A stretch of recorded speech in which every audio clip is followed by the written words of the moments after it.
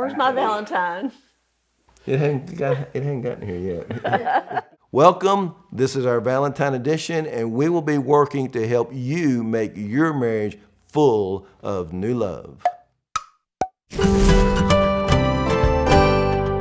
You can be married for 42 years, and that marriage can get stale and worn out, and we do not have that kind of marriage. We're going to talk today about the 4 ingredients to keeping a marriage fresh. I am sensitive to you, and I'm not a sensitive guy.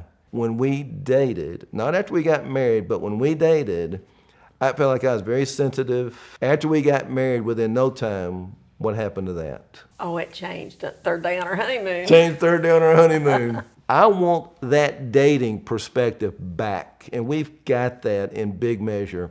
Tell everybody what happened the first time we sat down, where we talked about our struggles and our conflict. You remember what it turned into? It was like a gripe session. It was not good. And then what did you? It was all negative, nothing positive. And then what did you say after we had I'm that meeting? not doing this anymore. And so we sat down and we really started being gentle, especially me. And I said to Jane, the things we talk about, let's let it be ours to talk about. Before we ever go to family, before we ever go to friends with this, let's let it be ours to talk about. You need to go to God and let Him help you through this. Don't run to your family, don't run to your friends, because it becomes a gossip session. And then when you're trying to work it out with your spouse, then your family they basically take sides. And then it's not healthy. We really got to where we could talk about anything in a very gentle way. Joint accomplishment is just when both of you are working on something together, whether it's a project for the house, planning something in the future. It's just something that you're working on together, and you've both putting all your effort into it. Jane is a visionary, and I'm very mechanical. And something that we found out was when I sit back and listen to Jane talk about her visions, and I say to her, okay, let's do that. Let's plan it. And so we plan it, we do it, and then after we've done it, we celebrate it.